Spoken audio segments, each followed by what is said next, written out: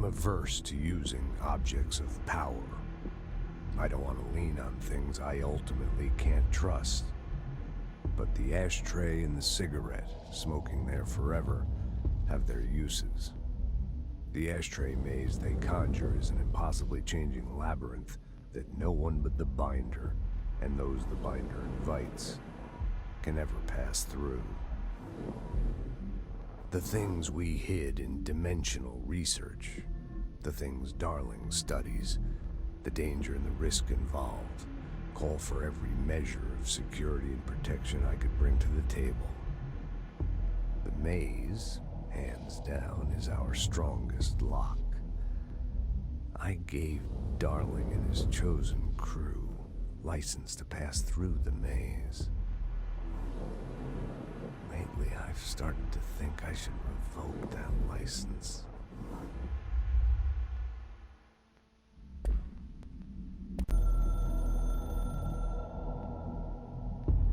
It took us a long time to learn how to stabilize the control points, the ley lines, the meridians of the oldest house. Darling found a way to soothe this beast. We discovered we must cleanse control points of all interference. It's my duty as the director, like Northmoor before me.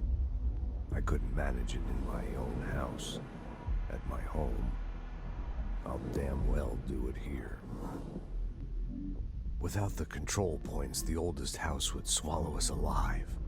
We'd be sealed inside an endless labyrinth. No one would hear our screams. If an enemy ever managed to corrupt the control points, it'd be over fast, spreading like a cancer, leaping over the fire breaks like a crown of fire. They are the weak point. Darling's right about that. He's wrong about everything else. Dangerously wrong. Suspiciously wrong. Has he been compromised?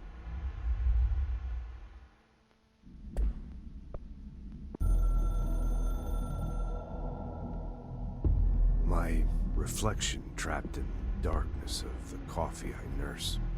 The rain turns the lights of the city into a mosaic on the windows. The day's paper lists all the things wrong in the world. The list grows longer by the day. The difference between the morning and the night. Coffee. Whiskey. No other difference. The alarm goes off at 5 a.m. It feels like I just closed my eyes. It's dark. I sit up on the bed in the gloom. I get up, I shower. The driver waits for me downstairs, takes me to the oldest house. An old man stares at me in the car window. It's raining. It's dark. Late at night, he brings me back here. It's not a home. It's a room where I sleep in, waking up just as tired as I was before going to bed. Endless grind.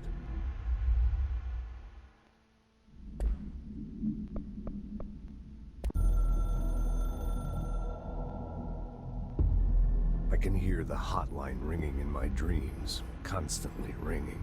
Ringing so loud I can't hear the voice I'm straining to understand. Why don't I pick up? It's a secure line of communication with the board. They would tell me what I need to know. Do I fear their answers? Would they have warned me of this threat? I didn't see it coming. The traitor in our midst. A conspiracy plotted right behind me. I can't trust anyone.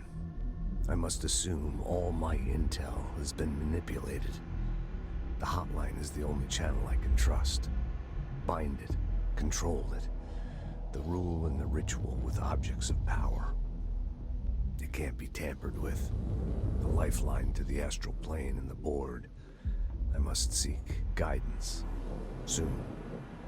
I'll rest first. I'm so tired. Always tired now. But I must reach the hotline. I think I'm under attack. An attack of dementia, exhaustion. It's a brain cloud making me forget. The hotline. I must reach the hotline.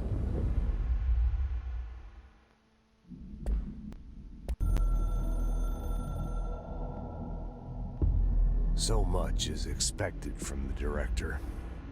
The responsibility, the privilege to steer the Bureau into dangerous waters and safely out again.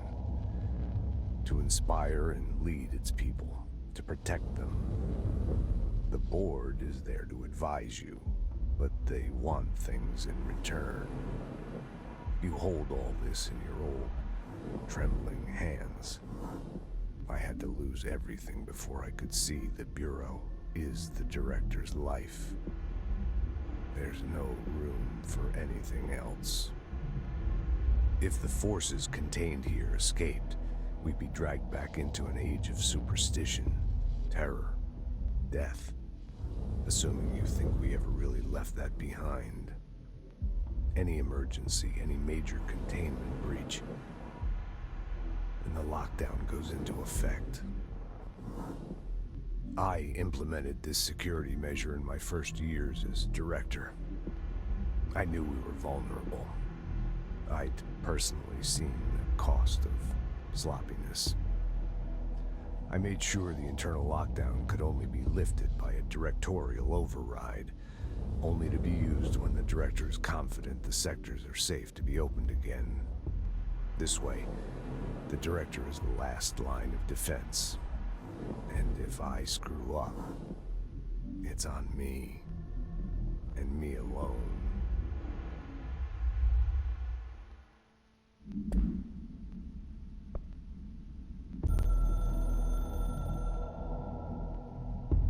A director needs a team, my management team. These people know the secrets of the Bureau as well as I do, some even better. They have proven themselves. Darling, Tomasi, Salvador, Marshall. Marshall especially, my head of operations. She sees right through me. She knows I don't like relying on people. The only person you should fail is yourself. So I followed my own orders. Northmoor hated my guts for that. But things change when you become director.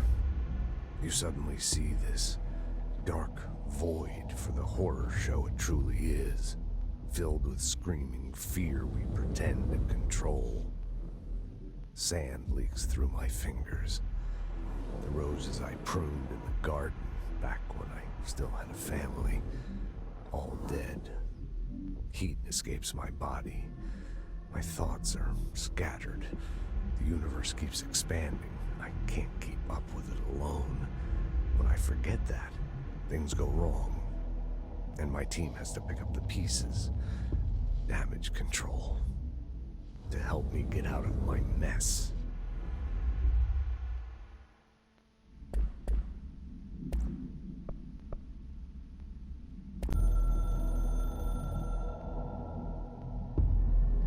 Northmoor was director before me. I never wanted his job. I never wanted power. I purposefully avoided it, didn't trust it, didn't want to rely on it. Northmoor was all about power. A man like an explosion, hungry for authority, for order, for more, until it was too much. I had to find a solution in the end, contain the situation. Northmoor never liked me, but he went along with it, to his credit. He didn't really have a choice. I suppose at the end of the day, a director's most basic duty is to keep the lights on.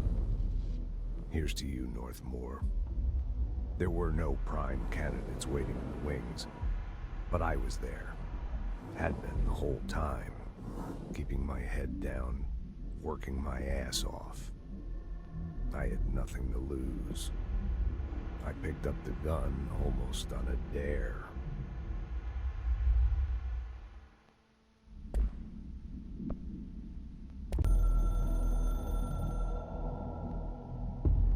The Oceanview Motel and Casino is a familiar friend to me.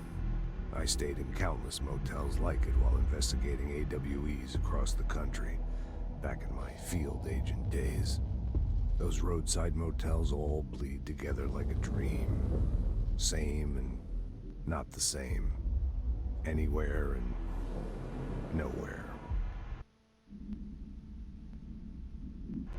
The Oceanview operates on dream logic, out to be found in the most unexpected places, and sometimes successfully encouraged to appear and act as a convenient lock to keep out those not trained in dreamscape navigation. Even Bureau veterans can only find one key in the motel. The key that opens the door marked with the inverted black pyramid.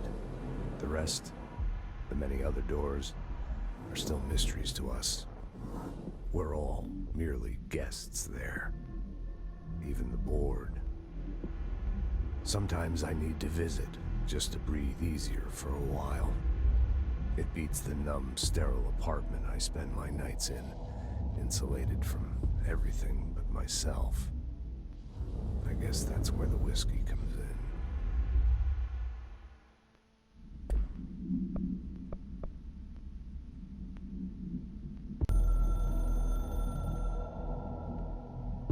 The containment sector, the Panopticon, is home to the altered items we find and contain. It is a maximum security prison. It's a vault for the most valuable treasures on Earth. It's a powder keg big enough to blow this world to dust. A temple, a place of worship filled with idols of angry gods. It's all of these, and none of them. It's something more profound, unbelievable, unknowable, something worse. Altered items. We've found many. They appear mundane, but nothing could be further from the truth. They're all powerful, dangerous. They press heavy on our minds because that's their nature. They've been altered because we can't stop thinking about them. We put them on altars because they're used to being worshipped. This keeps them calm. We contain them, but they don't want to be controlled. We study them to discover what makes them tick. If this place were ever breached, it would be chaos of biblical proportions.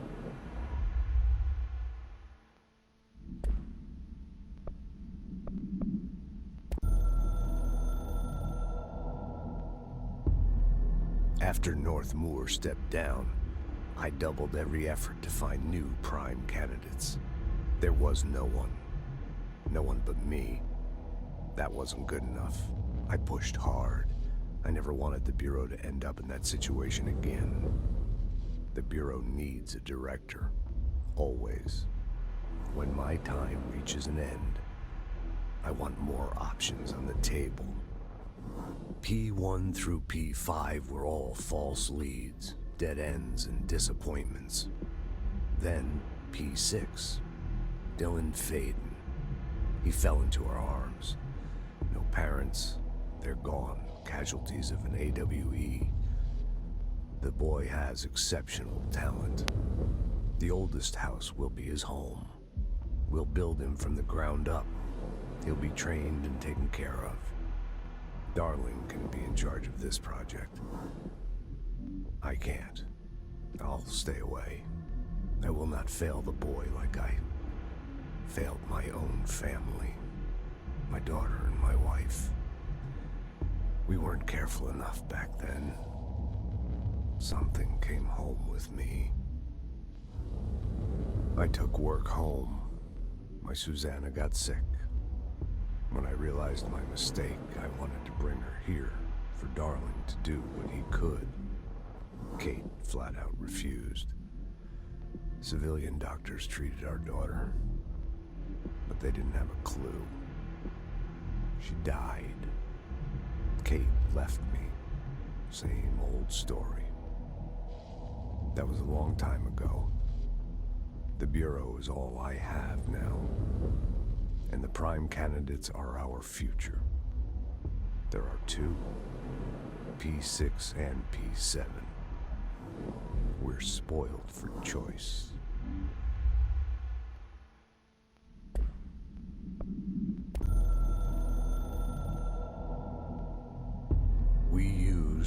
slide projector. I led the expeditions into Slidescape 36. They told me not to go. The director should not put himself in danger. I told them to fuck off. I've seen action before, and I had to witness this myself. To find some meaning in all of this, I couldn't sit on my ass, alone with my thoughts, my memories. Anything but that. Those who survived were deeply affected by what we found there, by what Darling brought back. It changed everything.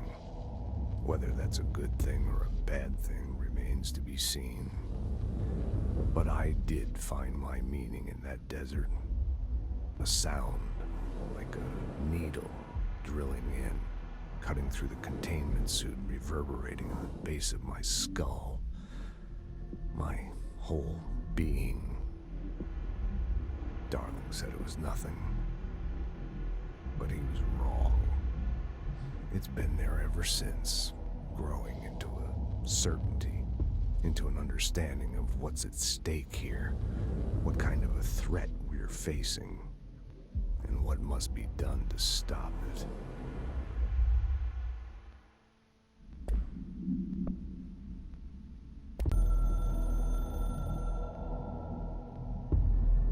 Something's coming. The whispers growing louder. The worst winter storm in Bureau history. A retribution for my sins. Our sins. This threat could destroy the Bureau, everything I've built. Destroy me. A web spun, turning this place against me. I catch glimpses of it in the corner of my eye, just out of reach. Elusive. It's clever. A perverse game of hide and seek. Is this part of an attack? Obfuscating the facts? Dimming my eyes? It's hard to tell. I need answers. I haven't heard back from Darling. I fear for my friend, my closest ally. I think we made a terrible mistake all those years ago. That thing he studies is putting us all in danger. It's my duty as director to keep the Bureau safe. It'll be difficult. What's done can't be undone. There's no easy fix. Magical thinking is a requirement for survival. Pain and suffering are mandatory. To change things, you have to break yourself. I don't know if I have the strength. I'm old and weak. I'm afraid. I can see my hands trembling. I'm losing control.